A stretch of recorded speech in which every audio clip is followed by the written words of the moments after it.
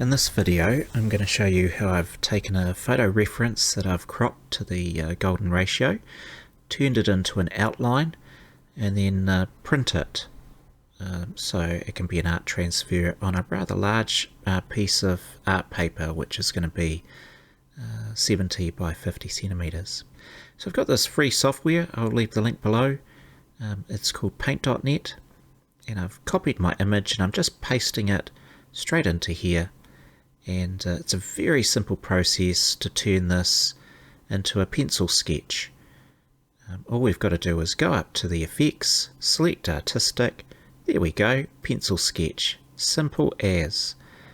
And the bigger the pencil size, the more detail you'll get. It defaults to 2, and you can drag it all the way up to 20, and you get a much thicker pencil line and obviously a lot more detail. I'm not really too worried about the detail. I'm doing a painting, I'm going to be making up some of that detail and painting it by what I see in the reference photo, so I normally set it to 6 or 7. I'm just looking for proportions in this art transfer to get the sizes right.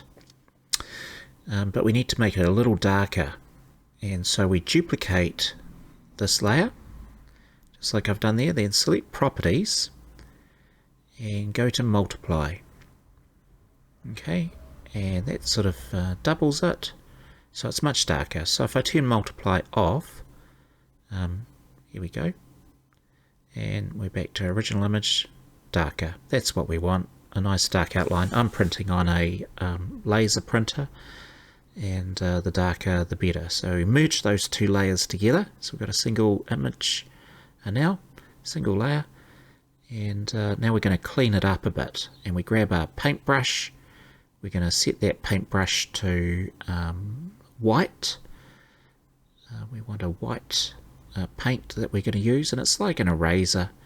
We set it to a good size for this particular image, and then you just paint the white on, because otherwise you don't have to do this, but your printer will pick up all that other junk, and it's just a waste of toner or ink.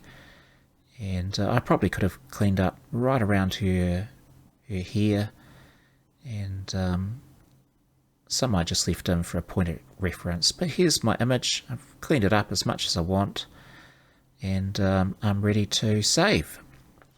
So once the image is saved, I open it up in my image viewer, which is also free, -view, and great little image viewer. I love it.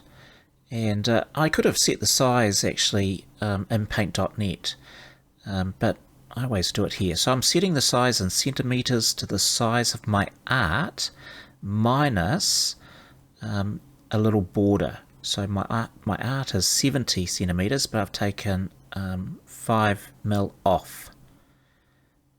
And I save that image, and we're going to convert it to an Adobe PDF. You'll see it in the drop down. You right click your image and you just convert to Adobe PDF.